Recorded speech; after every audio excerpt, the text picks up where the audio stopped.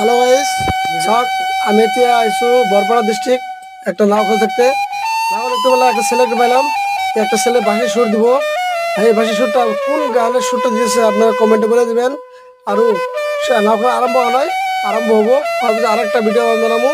আরম্ভ হওয়ার আগে ছেলেটা বাঁশি সুর গেছে, আমার ভিডিও বানাচ্ছি।